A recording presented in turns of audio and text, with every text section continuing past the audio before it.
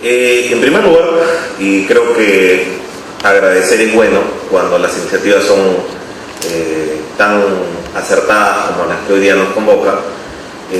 Señalar que desde que hemos comenzado las conversaciones como Comisión Especial de Prevención de Lavado de Activos con el Ministerio Público para realizar este evento, hemos tenido un decidido apoyo tanto de las fiscalías especializadas, del doctor Gálvez y de muchas personas que nos han congregado aquí con un solo motivo.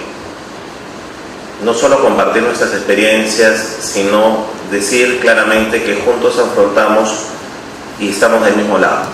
Defender la legalidad, combatir el lavado de activos, no solo como notarios, no solo como fiscales, no solo como miembros de la Policía Nacional, sino como ciudadanos, hombres de derecho, hombres de bien, que queremos que nuestro país no sea una república asolada por grandes males como otros países que se han vuelto países dominados por el narcotráfico, por la corrupción.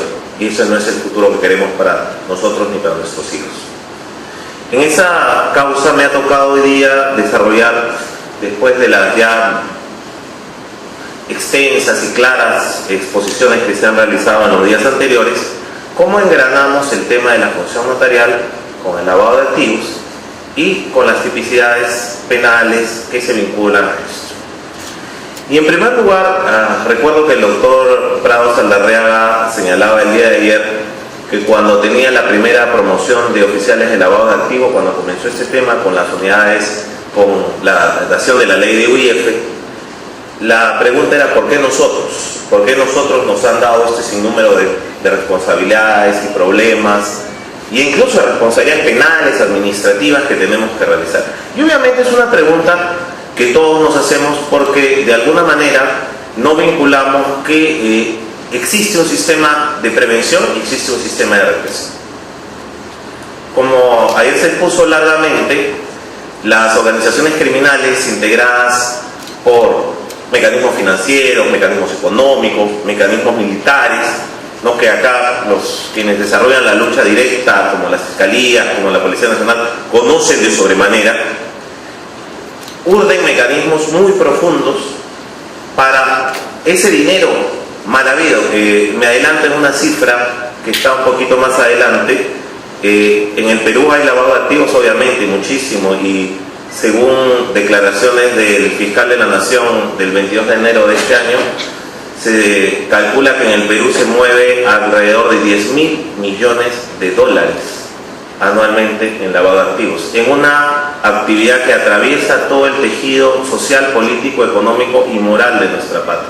No hay región del país que no esté aquejada por el lavado de activos, y no hay región, según otras estadísticas de la Procuraduría de Lavado de Activos, son 6.500 millones de dólares. Bueno, hasta en las cifras tenemos grandes diferencias. Ahora, ¿qué es lo que pasa?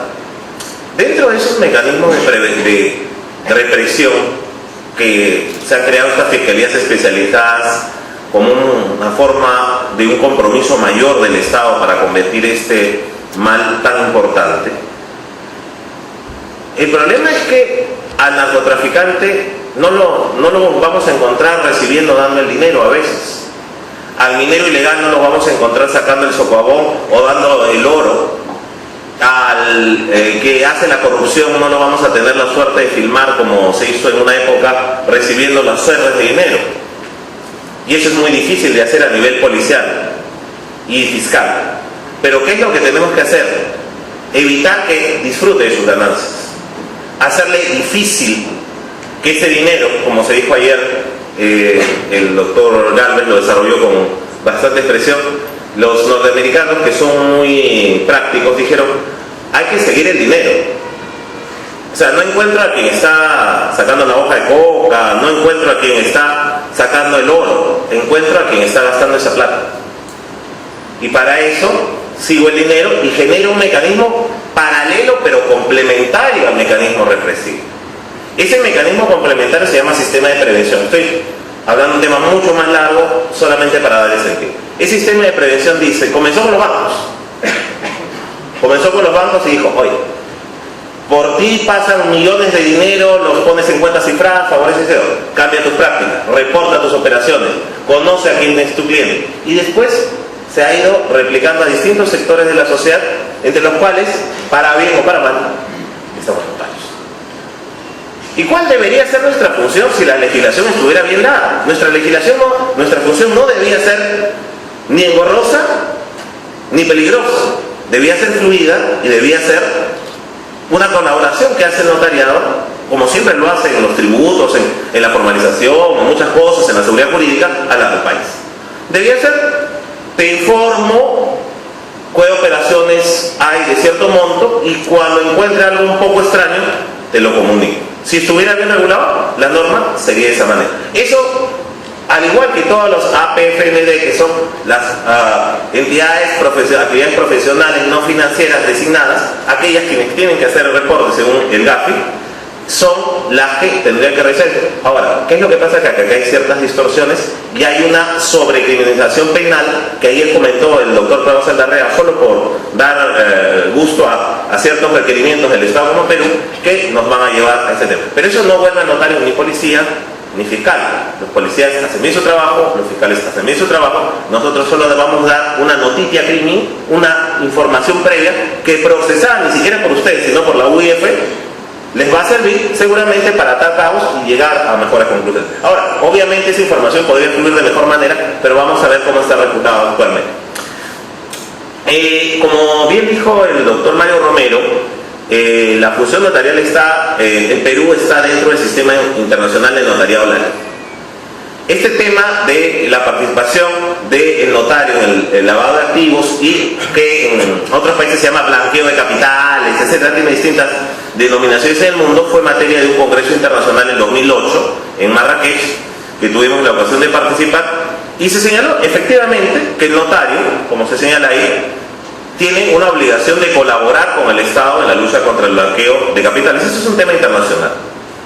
Pero que el notario no está obligado a desarrollar actividades de investigación que son propias de la función pública y la magistratura, de la fuerza pública y la magistratura. Lo que va a hacer el notario, verificar el itinerario documental, el examen e interpretación del testigo. Ojo, reitero, el notario no se vuelve un investigador. Va a recibir unos ciertos documentos, va a aislar unos datos, se los va a comunicar a los entes pertinentes y ahí termina su participación.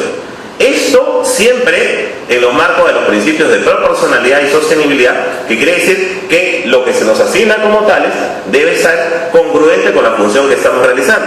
Y además que se debe garantizar el secreto de estas comunicaciones. ¿Se imaginan si estas comunicaciones de reporte de operaciones sospechosas se filtran? Las consecuencias personales, patrimoniales e incluso en su vida que puede tener una persona que comunique estas situaciones. Entonces tiene que haber una situación que garantice el secreto de estas comunicaciones cuando el notario le proporciona información valiosa a la administración para prevenir el lavado de capitales. Inclusive, en algunos países, para darle mayor potenciamiento a esta lucha contra el lavado de activos, se han creado organismos centralizados.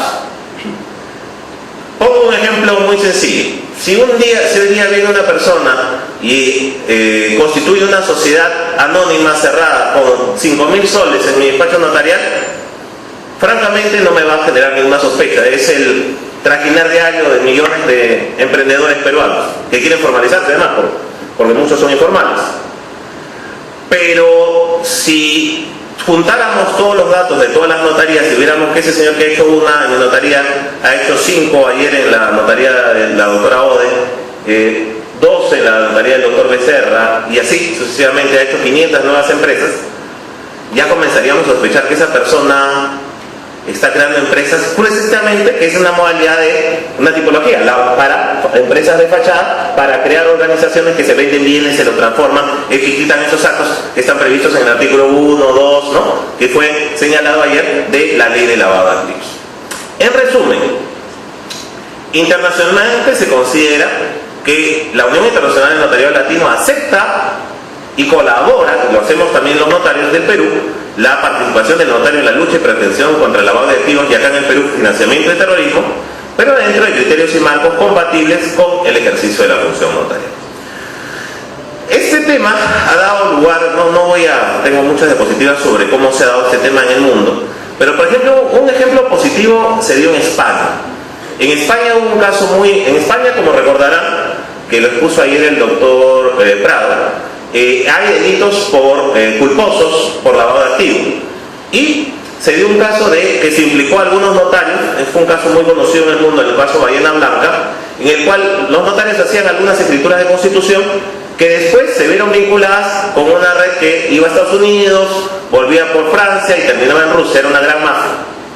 Entonces se terminó involucrando a los notarios en una investigación penosa, larga, de la cual fueron absueltos finalmente por una sentencia de la Corte de la Audiencia Provincial de Málaga, y que lo que llevó al notario español, más que a decir, oye, es una injusticia, posiblemente lo fue a crear un órgano centralizado de prevención, en el cual actualmente en España es el que mejores informes da a la administración pública española, de modo tal que esos informes de inteligencia que hace el Consejo del Notariado Español son casi un 90% informes que dan lugar a un procesamiento penal. Entonces, ¿qué es lo que se hizo? En lugar de un error, de un problema, de generar una controversia, generar algo que ha sido positivo tanto para el notariado como para la UIF española, que se llama CEPLAN, Servicio de Prevención de Blanqueo de Capitales, y ha generado un ejemplo que de alguna manera el Colegio de Notarios de Lima, con la creación de una base centralizada de datos que ha comenzado ayer el doctor Carlos Enrique Becerra, quiere hacer a nuestra manera y obviamente dentro de nuestras normas. Ahora bien, ¿cuál es el marco legal vinculado no al delito de lavado de activos y los periféricos, complementarios, conexos, como se habló ayer, sino al lavado de activos y financiamiento del terrorismo y la actividad notarial en el Perú? Y ya lo conocemos, solamente lo señalo al título legislativo. Primero es la ley que crea la UIF y que nos designa a los notarios, entre otras distintas profesiones, como sujetos obligados. Tiene distintas modificatorias, antes era un organismo autónomo, ahora depende de la Superintendencia de Bancos y Seguros. Después tenemos el decreto legislativo 1106, que es la ley penal y además tiene aspectos también procesales. Hay un decreto supremo, el 018-2000 que es el reglamento general. Pero para los notarios es de especial importancia la resolución de Superintendencia de Bancos y Seguros 5709-2012, que es las normas especiales para prevención del lavado de activos y financiamiento de terrorismo aplicadas a los notarios, que fue modificada por la resolución de la misma Superintendencia de Bancos Seguros 4034-2013 del 3 de julio de 2013. Quiero hacer una acotación también. El día de ayer el doctor Carlos Larrea señaló acertadamente que no hay mejor forma de saber qué es raro en una actividad que consultarle a quienes realizan esa actividad. Si yo fuera a legislar sobre casinos, hablaría con los de casinos. Si fuera con los de inmobiliarias, hablaría con los de inmobiliarias. Si fuera a hablar, qué sé yo, con los agentes de aduanas, voy a hablar con los agentes de aduanas, porque las prácticas, esas señales de alerta que nos hacen ver que hay algo raro, que esto puede estar vinculado con lavado de activos, lo conocen ellos. Ahora, lamentablemente, y adelanto un tema, las señales de alerta que se han establecido en esta resolución 5709-2012, a pesar, han sido dadas por la UIF, porque en el caso de los notarios, nuestro colegio de notarios no es el órgano supervisor que da las señales de alerta, sino por el 1106, decreto legislativo 1106, es la UIF. Y en honor a la verdad, en ese tiempo era decano el doctor Mario Romero, y los miembros de la Comisión Especial de Lavado de Activos concurrimos numerosas veces a la UIF para tratar de adecuar los proyectos que habían emitido, mucho en las normas del GAFI, pero poco en la realidad peruana. Realmente las señales de alerta que se han aprobado son tantas que casi, si yo quisiera aplicar esas señales de alerta, todas las escrituras serían sospechosas. Y eso significa que ahí ese trabajo todavía está pendiente, porque porque finalmente quien decidió fue la UIF, con la cual llevamos una excelente relación, todo eso, pero que lamentablemente aplicó criterios copiados de otras normas, cuando lo importante no es hacer cálculos de copias, sino hacer una legislación aplicable a nuestro país, en la cual, por ejemplo, tenemos que encontrar diferencias claras, ¿no? Por ejemplo, el doctor Romero dijo, acá en el Perú se hace la minuta. ¿Qué quiere decir? Que un documento notarial para ser elevado a escritura pública tiene que llegar ya con un contrato firmado por las partes y autorizado por abogado. En otros países no es así. En otros países se va directo al notario y se hace el contrato. Entonces, en el Perú, la participación del notario en la construcción del contrato es menos intensa. Aún así, yo no puedo cambiarle una coma a la minuta que me trae. Puedo denegar mi derecho, denegarle si es ilegal, pero no puedo modificar. Entonces, si se copian señales de alerta de países en los cuales son los notarios quienes hacen los contratos, o sea, hacen de notario y de abogado a la vez, vamos a generar un problema total. Y ese es un problema que advierto desde ya y que va a dar lugar a algunos temas que vamos a ver más adelante. También tenemos la ley sobre terrorismo, que fue modificada. En el lavado de activos, lo que se busca es sancionar el origen ilícito y los actos de conversión, transferencia, transporte, tenencia, guarda, conservación, todo lo que ayer fue brillantemente expuesto y que no voy a repetir. En el financiamiento del terrorismo es al revés, es dinero que voy a usar para propiciar las actividades del terrorismo. ¿Desde cuándo se une esto? Desde el atentado de las Torres Gemelas. Cuando se da el atentado de las Torres Gemelas, los organismos internacionales dicen, un ratito, no solo vamos a ver el lavado de activos, o sea, que disfruten sus ganancias ilegítimas, sino también que no apoyen al terrorismo. No estamos hablando solo del terrorismo nacional, sino internacional, Al-Qaeda, etc. Entonces, por eso se explica el tema de que hablamos de lavado de activos y financiamiento del terrorismo como un sistema de prevención. ¿Qué más tenemos? La resolución de SBS 8930, que es un reglamento de infracciones y sanciones en materia de prevención del lavado de activos, que tuvo una modificatoria, la 7314, y dos normas que han sido citadas por el doctor: el decreto supremo 06-2013 JUS, que limita la realización de transacciones en efectivo dentro de los oficios notariales, quiero ser muy específico, dentro de los oficios notariales, y una resolución del Consejo del Notariado, la 044-2013 de JUS, que establece lineamientos para tal finalidad. Ya hemos hablado del volumen del dinero que maneja el lavado de activos y quiero ir directamente a la ley notarial. La ley del notariado es modificada por el 1106 y ojo, en esto uno revisa el Plan Nacional de Lucha contra el Lavado de Activos y encuentra que se propuso que lo que se pone acá, que se agrega un párrafo en el cual dice que el notario público en todas las escrituras deberá constancia de haber efectuado las mínimas, ojo, las mínimas, ¿no? Las mínimas acciones de control y debida diligencia en materia de prevención del lavado de activos, especialmente vinculado a la minería ilegal o otras formas de crimen organizado respecto a las partes de Ok, entonces el notario debe hacerlo, sí. El notario por esta ley debe efectuar las acciones mínimas de prevención, sí. El notario es un sujeto obligado para participar en la lucha de prevención del lavado de activos, sí. ¿Y en qué consisten esas mínimas acciones de control? No podemos dejar de enmarcar esto en el GAFI. El GAFI, que es el Grupo de Acción Financiera, es un producto del Grupo de los 7, los 7 países más importantes del mundo, que se unen para luchar contra el lavado de activos. Y emiten unos documentos que se llaman recomendaciones, que si bien no tienen positividad nacional, para los países son muy importantes, porque si los países no acatan estas recomendaciones, pueden ser sancionados económicamente, estar en zona gris y tener incluso problemas para exportaciones, para transporte de dinero. En las recomendaciones del GAFI, en la recomendación 12, en la GAFI revisada, se señala que se debe aplicar ciertas medidas en el caso de los abogados, notarios, otros profesionales jurídicos independientes y contadores, cuando llevan a cabo transacciones con su cliente respecto a compraventa de inmuebles y creación o operación de personas jurídicas. Está puesto ahí en pantalla. Ojo, acá en el Perú se nos ha puesto no solo en la compraventa de inmuebles y la creación de personas jurídicas, sino nosotros estamos sobre estándar GAFI. Ahora, lo que llama la atención es que nosotros estamos como notarios sobre estándar GAFI, pero no están los abogados ni están los contadores. Y es un poco raro, ¿no? Porque acá la trazabilidad del proceso de hacer una escritura parte del abogado. Y acá el notario formaliza la voluntad de las partes, con una calificación obviamente de legalidad, pero no tiene eso. Actualmente hay un proyecto de ley en ese tema, y bueno, creo que ayer lo tocó el doctor Prado, y no me voy a desviar, porque ese es un tema ya de reforma legislativa que podría darse.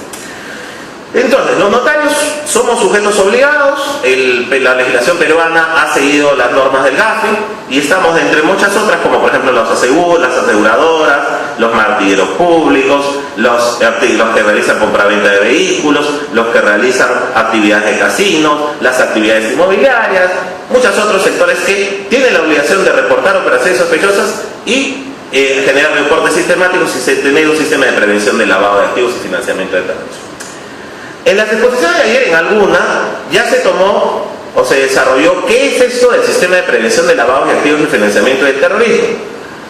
En resumen es, ¿cómo ayudo yo al Estado para que mi notaría, mi casino, mi inmobiliaria, mi agencia de seguros o lo que sea, no se vuelva un elemento que más bien facilite el delito y más bien que ayude al Estado a colaborar, a combatir?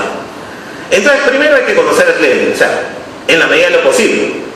Hay que no tener a los trabajadores que estén infiltrados de repente precisamente por ese tipo de delitos.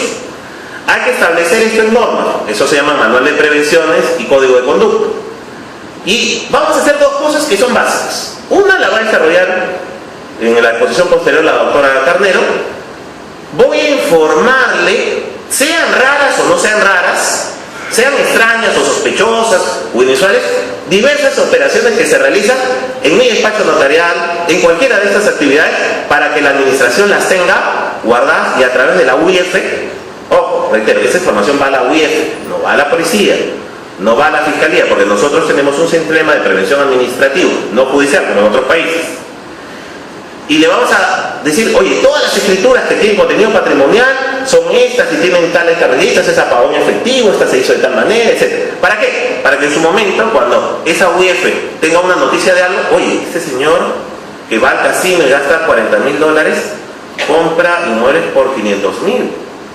Y además se ha comprado, y en la inmobiliaria no ha hecho escritura, pero tiene 8 departamentos. Y atando cabos, llega a la conclusión que ese es un lavado. Y ojo, esa información la procesa y le hace un informe de inteligencia y la envía al ministerio. ¿No? Y voy a coordinar con la policía para la investigación. O sea, es parte de una parte. Ese es un reporte sistemático. Siempre hay que reportar cierto tipo de operaciones. No de un solo, ¿no? De ciertos umbrales, de ciertos modos y ciertas clases. Y hay que, también, si me llama la atención algo, ya algo me hace sospechar que esto puede estar siendo utilizado para lavado de activos, lo voy a reportar, pero con secreto y para efectos de no que sea una imputación penal, no que sea una acusación, no puede dar lugar a difamación, no puede dar lugar a injuria, no está exento de toda responsabilidad penal administrativa, para que la UIF, si lo considera, pueda procesarlo y utilizarlo en su lucha contra el lavado. Ese es el reporte de operación sospechosa. Ahora bien, ya hemos hablado de que la resolución 5709 es reciente. Y les digo que en este tema, en el sector notarial, hemos avanzado bastante más que en otros sectores. Nuestra norma, antes decía, pero ¿por qué los notarios no reportan operaciones? Porque no tenemos normas, porque no hay normas específicas. Se hicieron unas normas, se están reportando algunas, se está adecuando. No son las normas ideales. De repente hay que corregirlas y ya se han señalado propuestas de reforma, mejoramiento, pero en este tiempo, en poco tiempo, menos de 2 años, se ha avanzado bastante, como vamos a ver más adelante. Ahora bien, yo lo que quiero centrarme sobre todo es en el reporte de operaciones sospechosas. Solamente voy a recordar qué incluye este sistema de prevención de lavado de activos. El notario no lo va a ejercer directamente las funciones, en algunos casos como el reporte de operaciones sospechosas, sino puede designar un oficial de cumplimiento. Algunos de ellos están acá, no deben revelar su identidad, por cierto, eso es confidencial, ¿no? El otro día pregunté, ¿quiénes son oficiales de cumplimiento? Todos levantaron la mano. O sea, eso no, y en su tarjeta soy oficial de cumplimiento. Esa encargo es secreto, ¿no? Y tampoco en una notaría debe estar así el cuadrito, oficial de cumplimiento. No. Esa persona colabora con el notario de manera confidencial y es obligatoria para el notario cuando tiene más de 20 trabajadores.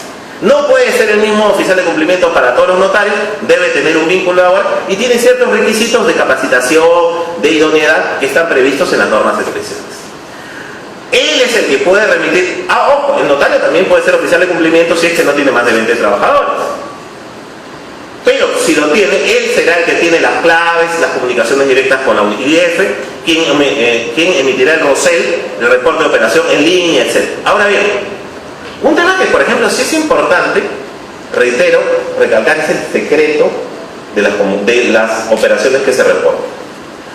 Yo he visto que hay una resolución administrativa, la 467-2012 PJ, publicada el 8 de diciembre del 2012, del Pleno de la Corte Suprema del Poder Judicial, en la cual se hace recordar a las instancias judiciales, refiriéndose a ese acuerdo plenario 03 del 2010 que se habló ayer, ¿no?, sobre pautas interpretativas, pero que también habla sobre los informes de la UIF. Los informes que dé el oficial de cumplimiento deben ir, va con código cifrado a la UIF. La UIF debe, en virtud de eso, hacer sus informes de inteligencia. De ahí los pasa al Ministerio Público, de ahí puede ir al Poder Judicial.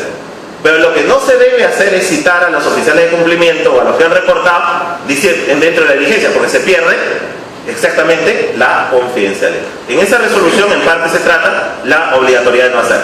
Y además, en el artículo 13 de la ley 27693 y modificatorias complementarias, se señala que no hay ninguna responsabilidad civil o penal o administrativa que tenga el notario y sus trabajadores por realizar una operación, un reporte de una operación sospechosa. Sobre este tema vamos a volver más adelante. En el conocimiento del trabajador no voy a abundar tampoco, obviamente se puede pedir declaraciones juradas que no tengan antecedentes, delitos vinculados, y además también se tiene que tener un poco de atención que no realicen actividades que puedan sospechar que ellos están vinculados a actividades de este tipo.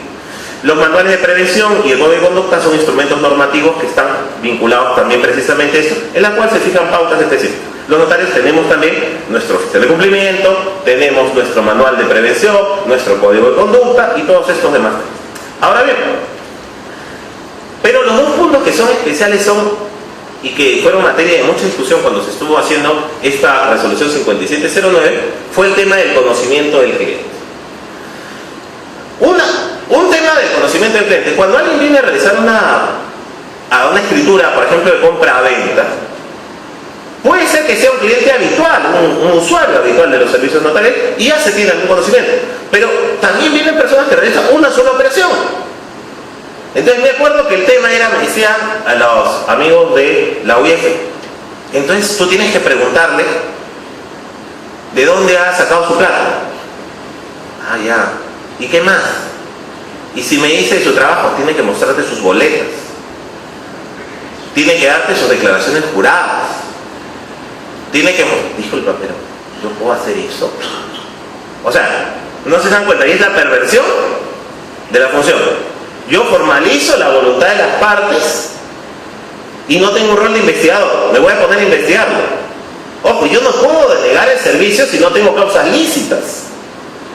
El servicio notarial no es un servicio privado. Oye, contigo no quiero contratar, contigo no. Solo hay causas fundadas para denegar el servicio. Entonces, ¿qué implica finalmente el conocimiento del cliente? Y en eso lo hacemos muy bien y lo hacemos mejor que nadie. Identificarlo primero. Tu DNI, tu RNIE, tu biométrico donde se puede, la máxima tecnología donde se puede. Si lo conozco, diré que lo conozco directamente. Eso es fundamentalmente primero el conocimiento del cliente. Ahora, ¿qué más se requiere? Oye, que requiero algunos datos adicionales que le van a servir a la UIF para poder hacer su análisis de inteligencia. Ah, ya, pues vamos a hacer una declaración jurada.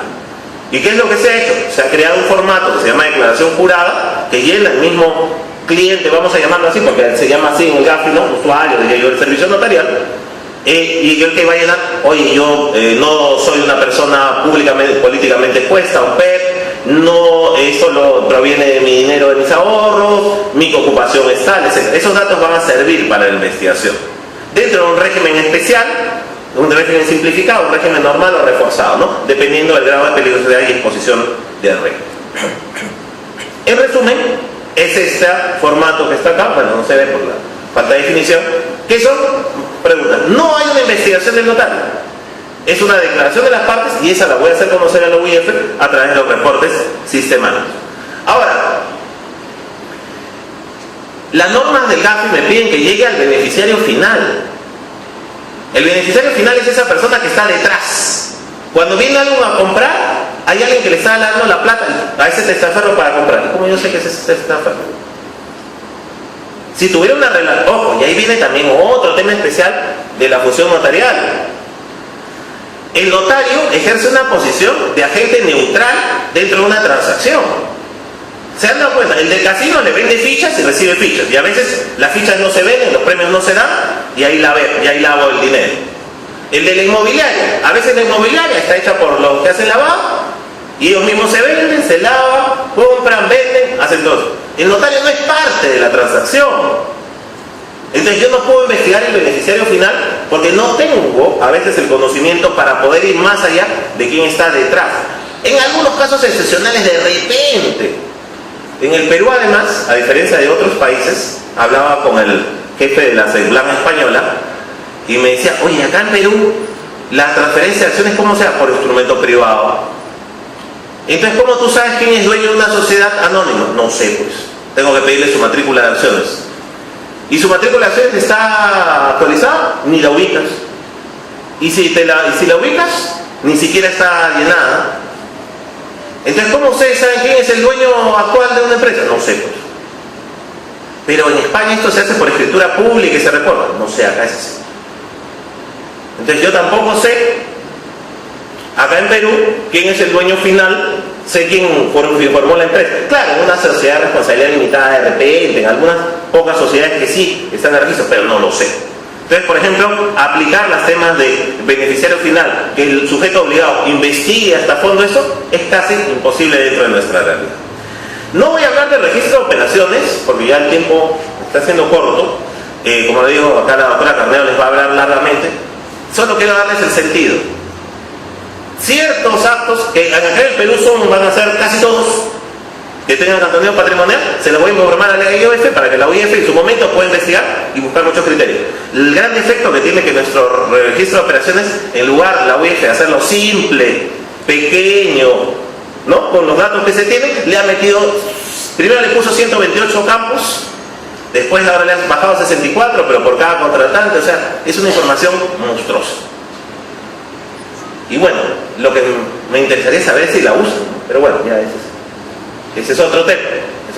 Ahorita justo estamos en ese acoplamiento y sobre eso les va a hablar larguísimo la doctora Carmen. Ahora bien, pero vayamos al punto más penal de lavado de activos en relación a la función notarial. El reporte de operaciones sospechosas, o más bien la omisión, el delito de omisión de reporte de operaciones o transacciones sospechosas. Voy a repetir algo que ya la mayoría conoce, simplemente para hilarlo después en otros temas que quizás podamos conversar. Una operación normal tiene una señal de alerta. ¿Qué puede ser una señal de alerta? Por ejemplo, para aterrizar, que alguien pague $500,000 de soles en efectivo y diga que ha pagado $500,000 de soles en efectivo. Eso es raro. Eso lleva a una sospecha. Ojo, eso no quiere decir que esté lavando de activos, ¿ah? Pero es una señal de alerta. Ojo, las 5 que constituyen esta empresa son rusos. Oye, pero ¿qué tiene de malo el ruso? Pero además, estas personas dice que su ocupación no registran ninguna ocupación. Qué raro. Y están invirtiendo $50,000 en una constitución de una empresa. Puedo decir, mire, hay una señal de alerta. Ayer Víctor Prado, con el humor que lo caracteriza, decía que era como llegar cuando una persona, el esposo llega a su casa a las 12 de la noche o a la 1. ¿Ok? Esa es una señal de alerta, dependiendo hasta qué horas nos dejen la señora. Usted sabe, ¿no? Ahora bien, entonces esa que era una normal, que llegaba yo a las 8 de la noche, ahora llego a las 12. Esa es una señal de alerta. Pero eso quiere decir, eso solo es inusual. No quiere decir que esa persona esté lavando activos porque haya pagado $1,5 millones de soles, etc. No necesariamente. Entonces, ¿qué va a hacer? El oficial de cumplimiento o el notario, si no lo tiene, va a calificar esa operación aplicando su buen criterio y va a ver si esa operación es sospechosa o no. Claro, un amigo me decía, parodiando lo que decía el doctor Prado, claro, pero si llegas a las 12 de la noche, tienes el cuello manchado, hueles raro, entonces ya el tema puede ser inusual y se vuelve sospechoso. ¿Ok? Ahora bien, nosotros los notarios hace menos de 2 años hemos comenzado con esto de los reportes de operaciones sospechosas. Y decir que el notariado no ha estado a las alturas de las expectativas del país sería una mezquindad a la luz de las cifras y no de la opinión del propio gremio si revisamos este cuadro que tenemos en pantalla. En el 2013 los bancos han sido los que han efectuado mayormente reportes, lo cual es obvio por los millones de transacciones que realizan. El 41% de reportes de operaciones sospechosas han provenido de los bancos. Pero, al siguiente, el 13% de notarios. Y de ahí, empresas naturales dedicadas a compra de vehículos, transferencia de fondos, tasas municipales. Quiere decir que no obstante que nuestras normas son recientes y a pesar que son complicadas, no recogen necesariamente la realidad, en el Perú, en el 2013 los notarios, después los bancos, son la principal fuente productora de reportes de operación sospechosa que tiene la unidad de inteligencia financiera. Ahora bien, no quiero recaer en las definiciones. La operación inusual dice que es aquella cuya cuantía, características, velocidad de rotación con que son ejecutadas no guarda relación con la actividad económica del cliente, salen de los parámetros de la normalidad.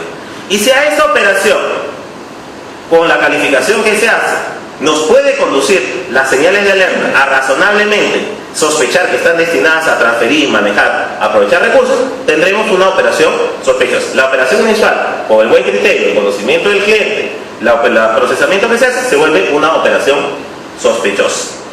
Ahora, para esta operación sospechosa, según la ley, según las normas, no es necesario que el notario tenga ninguna certeza de que hay delito. ¿Se acuerdan que incluso puede haber lavado activos sin saber si lo que viene antes es narcotráfico, proxenetismo, minería ilegal, porque se ha diferenciado el delito precedente de lo que es el delito de lavado de activos, ¿no? El delito previo, precedente, como llama la doctrina. Ojo, y además, otro tema que dice la misma resolución, que no es, más bien, y fíjense, ese es un tema que tenemos que conversar.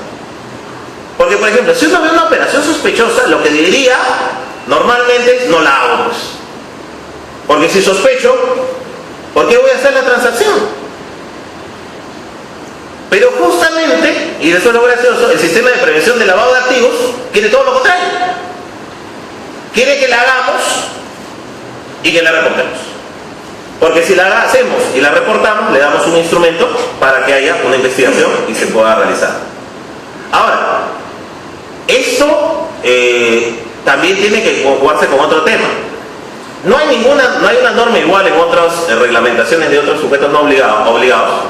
En el artículo 13.5 de las normas aprobadas por la resolución 5709 se consignó que la sola existencia de elementos configuradores de señales de alerta no genera obligación de formular un reporte de operación sospechosa ni constituye impedimento para la extensión del instrumento notario. O sea, expreso está la norma. Ahora, habrá ciertas circunstancias que el notario, válidamente, porque ya no solo hay indicios, sino claridad, de repente a realizar el instrumento. Pero en principio, las normas no le señalan una responsabilidad sobre este tema. Ahora, pero en verdad se dan cuenta que la inusual y la sospechosa se parecen mucho. O sea, y solo ¿qué explicamos? El criterio que efectúa el notario respecto a cuál es el conocimiento del cliente. A ver, acá por ejemplo, ¿cuánto vale el metro cuadrado de terreno acá en el cercado de Lima? ¿Alguien sabe? ¿Alguien sabe? ¿$1,000? ¿$2,000? ¿De qué parte? ¿Y en qué piso? ¿Y para qué zonificación? ¿Y con qué uso? ¿Y con qué cargas? ¿Y con qué gravamen? ¿Y si está ocupado o no está ocupado? Entonces dígame cómo ejecuto esa señal de alerta en la mayor parte de casos que dice precio bajo, precio alto. Claro, si venden el metro cuadrado a $100, ya me va a parecer un poco raro. Si lo venden a 40.000, me va a parecer medio raro. Pero si es 500, 1.000, 1.500... ¿Por qué? Porque lo que pasa es que la norma presume que el notario dice, sabe los parámetros notariamente aplicables al mercado, a todos los mercados. La norma nos ha vuelto sabios. Porque como yo veo inmuebles, sé todo sobre inmuebles. Como yo veo vehículos, sé todo sobre vehículos. Como veo sobre personas jurídicas, sé todo sobre personas jurídicas. Inmobiliarias, constructoras, seguros, etc. Y como le digo, eso es absolutamente inviable. Y por eso la norma pone, oye, que haya una especie de señal de alerta. ¿Y qué será una señal de alerta? Como le digo, claro, siempre ponemos los ejemplos más extremos. Un jubilado que gana 200 soles y que se compra una casa de $1.000.000. Ya, pues eso apesta. ¿Ok? Clarísimo. Pero no todos y todos los días las transacciones no son así, ni son tan evidentes.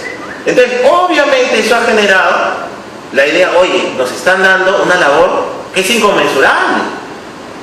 y en la cual, ¿qué hago? Reporto todo.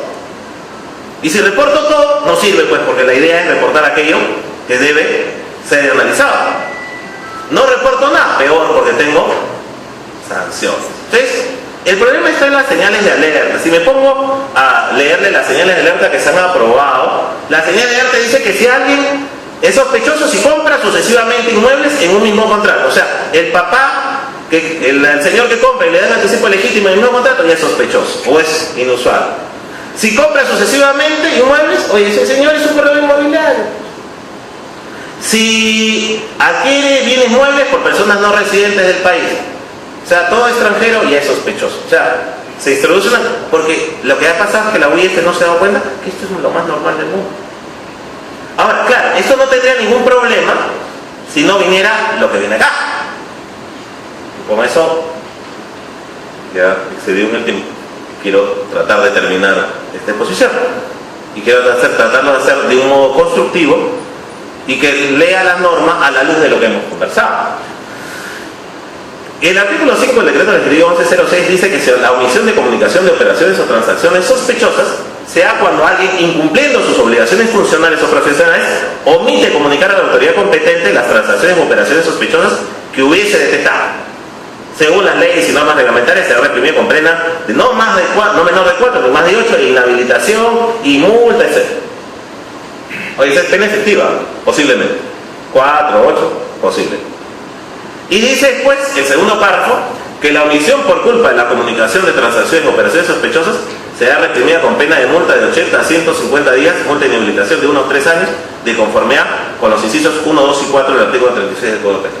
Debemos reconocer el primer párrafo, la omisión de comunicación dolosa existía en la ley anterior, la 27.665 y el 1106, no tiene ninguna novedad. Pero la modalidad culposa sí es una introducción del 1106.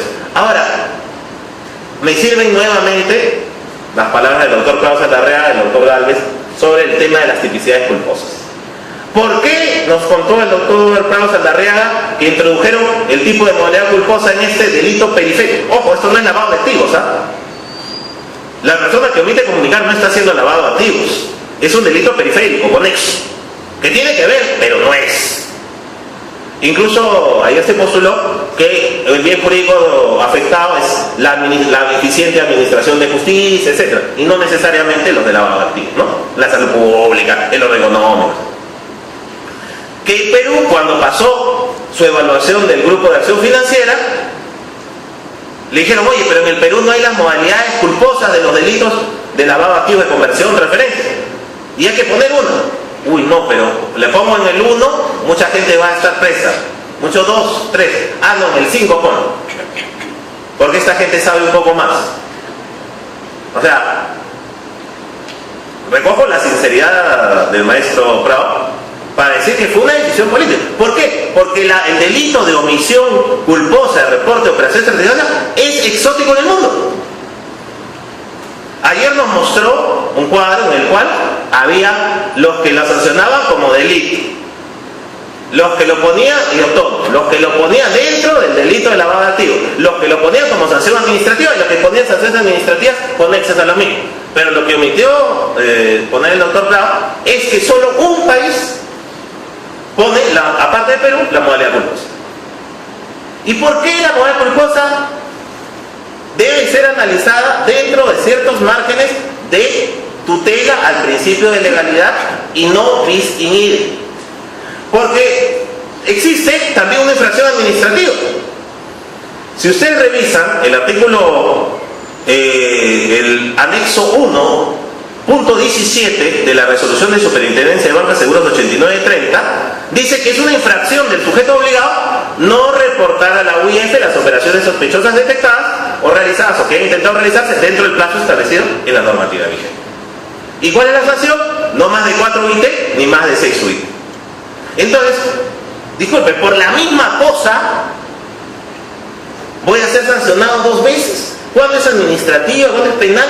¿Qué es lo que se ha logrado con este complaciente con los mecanismos internacionales, los cuales respeto mucho? Inclusión del delito de omisión de reporte en la modalidad culposa. Algunas reflexiones. En primer lugar, reitero, la naturaleza de función notarial no es parte del negocio de lavado de activos. El notario no es que el que compra, ni el que convierte, ni el que transfiere, etc. Él es un simple formalizador. Si el notario, eso sí, forma parte de la organización, seducido por la corrupción o qué sé yo, ese ya es otro tema. Y tiene un rol jerárquico dentro de una criminal organizada, él es el que le lava las cosas, etc. Como dicen, conoce o puede presumir la ilicitud de los dineros. Ok. Pero en general, somos agentes neutrales. Hay una teoría sobre este tema penal en que pasa una transacción por nosotros y exigimos obviamente ciertos requisitos normados por la ley. Ojo, yo no puedo exigir situaciones que no están normadas por la ley, porque si yo le exigiera, inclusive está pasando, ¿eh? Le exige a alguien un poquito más de la ley a un usuario y se le copia y lo sanciona. O sea, entre la espada y la pared.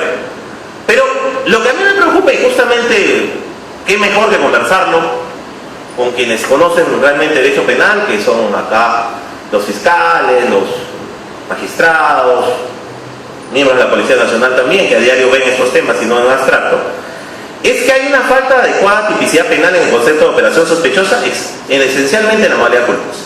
A ver, vamos a analizar. Yo descubrí una operación que era sospechosa y yo no la comuniqué. Yo estoy consciente, tengo dolo directo, como para un buen derecho penal, un dolo directo. Yo sé qué es y no quiero comunicarlo. Ok, debería ser sancionado. No sé si será 4, 8, está bien, pero hay un juicio de reproche válido, etc. Pero sí, y acuérdense que esta es una norma penal en blanco. Ayer no se trató mucho ese tema. ¿Cuál es una norma penal en blanco? ¿Cuál es el concepto de operación sospechosa? ¿Está en la ley penal? No. Lo remite a una norma extrapenal, que es la norma de UIF, que es las normas especiales, etc. ¿Y qué te dice? Es una operación inusual que según el buen criterio del notario y su conocimiento, le parece que es sospechosa. Ok, entonces, si bien el notario tiene un deber de garante, y eso se sanciona por la mera desobediencia sin necesidad o no que haya verdadero lavado de activos, la exigencia de la norma no es cuestionar si a usted o a mí le parece esto sospechoso y a él no, porque entonces lo que se estaría penando es el criterio, porque entonces habría un delito de opinión, porque la tipicidad penal mínima que requiere un Estado democrático de derecho no se estaría cumpliendo. Y por eso concuerdo plenamente, y lo más importante no es que quizá lo concuerda yo, que soy notario, que podríamos decir, tengo una parte en este tema, que ayer tanto el doctor Gálvez, en algunas de sus publicaciones, o el doctor Prat, han señalado que el delito no es no sospechar, el delito es no comunicar. Y si esa fuera la interpretación correcta o uniforme de las instancias, entonces trabajamos con mucha más tranquilidad y le damos todo el apoyo, porque estoy seguro que desde el primer al último notario, ninguno quiere ocultar ninguna operación sospechosa, sino más bien que sea reprimida y comunicada al órgano competente. Pero hay que hacer una adecuada interpretación de la norma. Y ayer, como le digo, la interpretación que escuchamos fue: el delito está por omitir comunicarlo. No es un delito de criterio, no es un tema de criterio. Y además la norma habla de operaciones detectadas. Si no, la norma tendría que tener otra tipicidad, mis estimados amigos. La norma tendría que decir: el que debiendo sospechar, no sospecha. Pero la norma no dice así. Y además, como factor de interpretación, también hay que ver la génesis. Lo que se busca es que las personas implementen. Ahora, pero me van a decir, entonces el notario no responde por nada. No, no es así. Porque hay actitudes que penalmente son consideradas dolosas, pero por la indiferencia ante la actuación. Una cosa es de que para una persona esta operación puede ser sospechosa y para él no, el otro no, tema discutible. Por ejemplo, el otro día vino mi oficial de cumplimiento y me dice: acá hay un jubilado que está comprando una casa de $100,000. Allá, ¿qué pone en su declaración? Es jubilado. ¿Es sospechoso o no es sospechoso? ¿Sí? No. Porque, oye, de repente es un jubilado que ha ahorrado toda su vida y además la ha bancarizado. y de repente es jubilado de Petroperú. ¿Ya? Entonces es un tema de criterio. Claro, reitero, si alguien viene, dice que ha pagado 2 millones de dólares en efectivo y ya un ratito. Entonces, ese es un tema de racionalidad. Claro, alguien me va a decir, no, es que no, pero la interpretación tiene que ser dentro de parámetros que respondan a un principio de legalidad. Ahora, pero el notario sí responde. Esto como se está viendo en doctrina. La doctrina también señala, el notario, ¿qué pasa con el notario? No es el oficial de cumplimiento. Porque yo al oficial de cumplimiento, legalmente yo no le puedo decir que reporte ni no reporte, él tiene autonomía. Yo no puedo inmiscuirme en su relación, de hacerlo, decirle, oye, reporta, no reportes, porque a mí me parece, no, el oficial de cumplimiento tiene autonomía. Entonces el notario, cuando tiene oficial de cumplimiento, ¿no puede correr? Sí puede. Pero por dolo eventual, desde mi punto de vista. ¿Qué quiere decir? No he implementado el sistema, no he dado las directivas necesarias. Lo que pasa, hay un estudio sobre la responsabilidad del directorio y los gerentes de las instituciones financieras en la conducta de los oficiales de cumplimiento, que hay doctrina sobre ese tema. Hay una responsabilidad inhibiyendo, pero que obviamente está en tener el sistema, llevarlo adelante, y yo cumplo mi función. Tengo mi código de conducta, tengo mi código de ética, tengo mi manual de conducta, he sido oficial de documento, he establecido los procedimientos, sigo los lineamientos. Ojo, la norma dice, quien en violación, incumpliendo sus obligaciones funcionales, y se actuó cumpliéndolas, no debería estar en esa cuestión. Obviamente, reitero, dentro de los márgenes de racionalidad. Y alguien me hablaba que la racionalidad es un tema discutible. Sí, todo es discutible. Toda operación que hace toda operación, todo acto que ejerce un operador de derecho tiene que partir sobre una racionalidad. Pero una palabra propia. Prado Saldarriaga, esto lo he tomado de su última publicación sobre criminalidad organizada, sobre el reporte de operaciones sospechosas, dice que la modalidad culposa de la omisión por culpa de la comunicación de transacciones sospechosas no es la falta de diligencia en la detección de la operación o su imperfecta calificación como iniciales sospechosas, que en principio serían atípicas y solo acarrearían sanciones administrativas. Entonces, eso lo conversamos con UIF. Si es que realmente es una falta, ¿no es cierto?, dentro de la cuestión. Es decir, las operaciones fueron detectadas y por negligencia, falta de prioridad, otros factores, la operación no se reportó o lo fue extemporáneamente. Ojo, este delito no es necesario para su consumación que realmente esto está ya vinculado al lavado de activos. O sea, como es un delito que está dado por una mera omisión, bastaría la realización, aunque no haya propiamente un lavado de activos. Ahora, sería ilógico en una política criminal sana que si no hay lavado de activos se sancione a alguien. O sea, precisamente la labor está para sancionar cuando hubo, ¿no? Y eso también debe ser una pauta interpretativa de un derecho penal que no llegue a exceso. Termino con un tema más. ¿Cuáles son las señales de alerta más frecuentes? ¿Saben cuál es la señal de alerta más frecuente? Estaba haciendo una pequeña... Ustedes saben que no se puede poner los casos, pero se puede conversar con los amigos y sacar una pequeña estadística. ¿Cuáles son las señales de alerta más frecuentes que encontramos? El uso de dinero en efectivo. Pero no es que no usen el dinero en efectivo. O sea, no es que usen dinero en efectivo, es que no me lo han bancarizado, que es otra cosa. La persona hace su separación de su lote que vale 40.000 soles.